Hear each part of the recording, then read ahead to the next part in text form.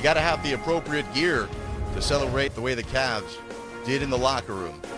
The organization's first ever title, ending a 52-year professional sports drought in the city of Cleveland. First team ever to come back from a 3-1 deficit to win the finals. And the guy on the left side of your screen, as we just mentioned moments ago.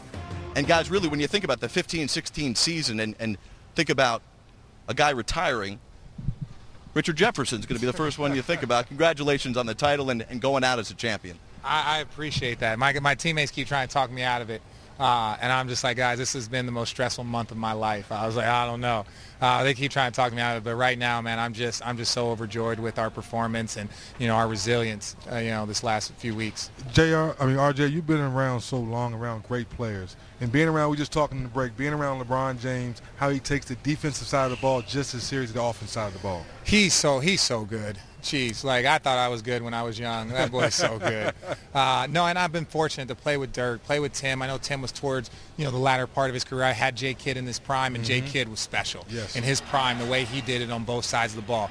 But Bron is just so intelligent, so physically commanding out there, and he just wants to win. Like his will to win and try and do everything and leave it out there and just being a great teammate. You don't have to be a fan of Bron to appreciate what he does, but boy, you need to enjoy it. I remember when I was a kid watching Jordan in his last couple years, it was like the ratings were so high because you might not ever see this again. Kobe was great, Tim was great, but the chance to watch a guy do what he does is so impressive. I'm trying to imagine, RJ, when you get tapped, Kevin Love goes out for the concussion, you get tapped, you're going to go into the starting lineup.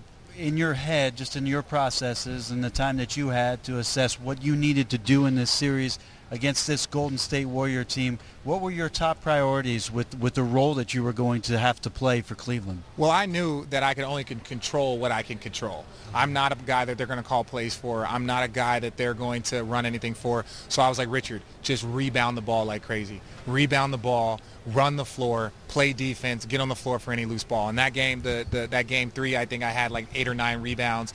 And it was just like, because I could control that. Even tonight in limited, I had like 6 or 7. I was like, that's what I could control, and then try and get shots and try and do some extra things.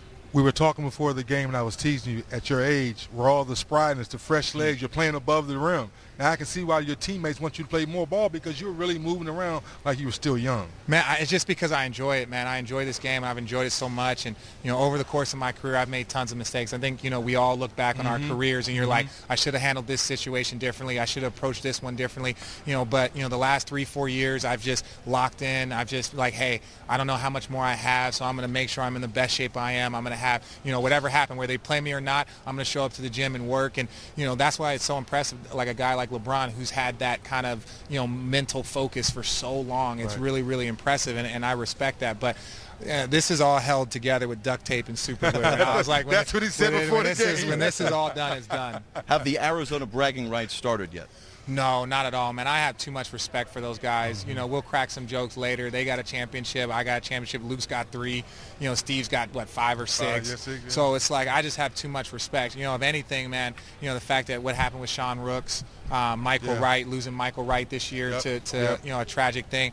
I'm glad that, all the negative that happened with some of the guys that were a part of our family, there was a large positive that was able to come with it and all of us kind of being together. So the only time I spoke to anybody in their organization really and just talked to them was when I got a chance to see Steve and just to give him my condolences because Sean was he was just such a good guy. I played against him my first couple of years, and he used to always come back to Arizona. So I know that his family and them were really, really close, and I knew it was tough, and that was really the only moment that I really spoke to anybody. Well, Richard Jefferson, congratulations. It's been a great career. 15 years, starts off in the finals. You finish it here with a championship. Pros pro. I appreciate that, guys. I really do. It means a lot coming from you guys, man. Richard Jefferson. Hopefully we'll see you in Atlanta in our studios. We'll see one day, man. One day. First, I want to see you on the sand. Oh, I can't wait. I miss the solstice. We'll be there. I missed a bunch, man. I'm going to be on the sand real soon.